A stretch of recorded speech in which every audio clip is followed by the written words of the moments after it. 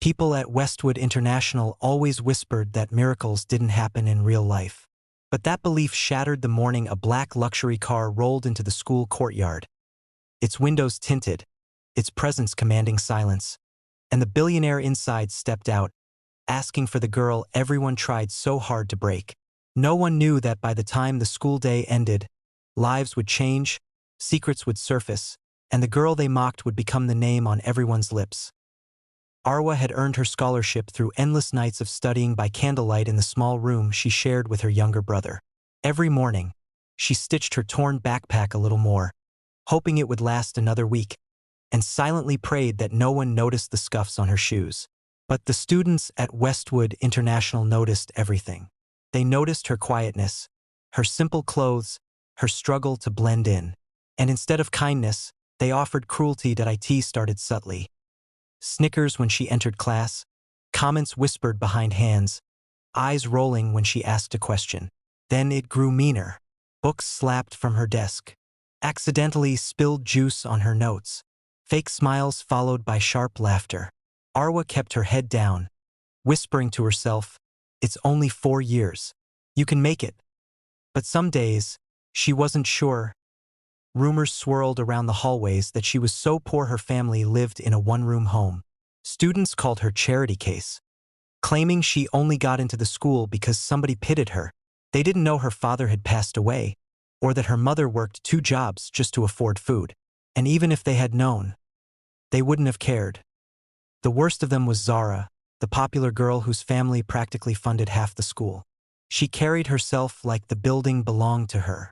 She'd stroll past Arwa and say things like, "Ah, look, she's wearing the same shoes again," loud enough for everyone to hear. But the day everything changed began with a simple moment.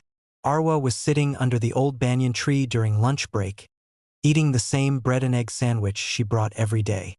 She heard footsteps approaching. "Zara, of course." "Is that your lunch again?" Zara asked, scrunching her nose. "I swear, I can smell the poverty from here." The group behind her burst into laughter. Arwa looked down, blinking rapidly. She refused to cry, not in front of them. But the sting in her chest grew sharper when Zara added, "Honestly, the school should just give you a separate lunch area.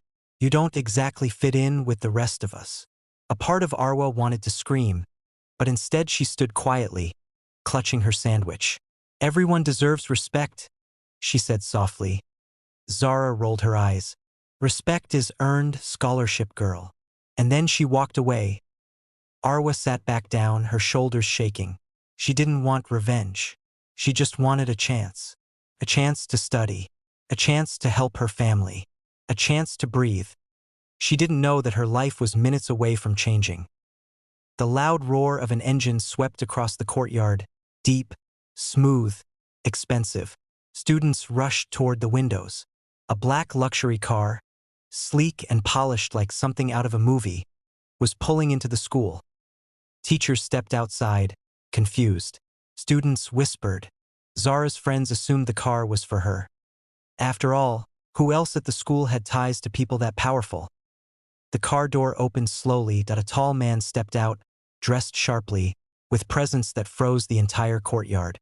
Some students recognized him instantly from the news, billionaire businessman Saif al-Hamid, one of the youngest tech moguls in the world. Girls gasped. Boys stared. Even the teachers straightened nervously. But the billionaire ignored them all. He looked around once, scanning the courtyard, then said loudly to the principal, "I'm here for a student. Her name is Arwa Malik." Silence. Absolute silence. Heads twisted. Eyes widened. Zara froze mid-step. Arwa, standing near the doorway with her books, felt her heart stop. "Me?" she thought. "A billionaire wants me?" The principal blinked rapidly. "Yes, sir." "Did you say Arwa Malik?" "I did," Saif replied firmly. "She's the one I came for." Whispers erupted like wildfire. "Why her? What does he want with that poor girl? This doesn't make sense." But Saif's next words made every heartbeat in the courtyard skip. "I promised her father years ago that I would look after his children. Today I keep that promise." That moment cracked the glass mask of Westwood International. And as Saif waved for Arwa to come forward, the girl they tried to crush suddenly stood under a light they could never dim again. Chapter 1 ended there, with a courtyard full of stunned faces, one girl trembling in shock, and a billionaire who looked at her with a strange combination of protectiveness and sorrow. And the real story began once she stepped toward him, unaware of the truth that would unravel her past and rewrite her future. Point 2 starts as Arwa walks toward him, each step heavy.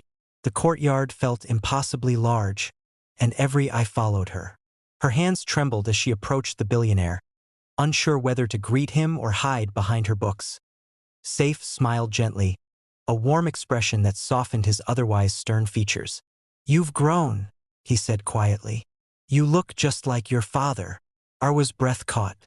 You knew him?" "I owed him more than I can ever repay," Saif replied. "And now, it's my turn to take care of what he left behind." Teachers urged students to give space, though no one moved. They were too shocked.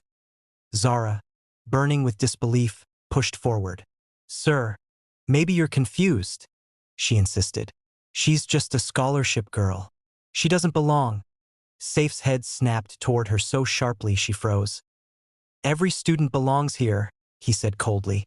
"But not every student acts like it." Zara stepped back, cheeks blazing. Saif turned again to Arwa. "Your father saved my life," he said, voice lower now. "When we were young, we lived in the same neighborhood. I got into an accident, and he carried me miles to the nearest clinic. I survived because of him. When he passed, I tried to find you and your family, but you had moved. I never stopped searching." Tears welled in Arwa's eyes. She had never known this part of her father's past. "My mom never told me. She didn't want charity," Saif said gently. "But this isn't charity. This is honoring a debt." He turned to the principal. "From today onward, Arwa's full educational and living expenses will be sponsored by my foundation. She will receive mentorship, training, and access to every program necessary to prepare her for university abroad." Gasps filled the air. "And," he added, scanning the crowd with quiet judgment, "I expect she will be treated with the respect her hard work deserves." The principal nodded vigorously. Zara looked as if the ground had tilted beneath her. But Arwa only stared at Saif, overwhelmed. Why go this far for me?" Saif's expression softened. "Because your father once told me something I never forgot. If you ever become someone important," he said, "help the kids who need it. And if you ever meet my daughter again, make sure she never feels alone."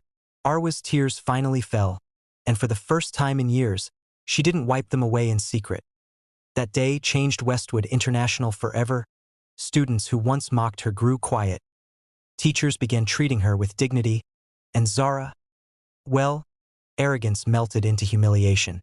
Later, she tried apologizing, but Arwa only offered a small smile and said, "Kindness isn't something you give to get something back. It's something you live by."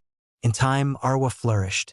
With Saif's support and her own relentless determination, she became a top-performing student, a mentor to others, and a symbol of resilience. And everyone who bullied her learned the same unforgettable lesson. You never know who someone is, or who they will become. Kindness costs nothing. Cruelty can cost everything. By the end of the year, the school hall displayed a large framed quote from Arwa herself.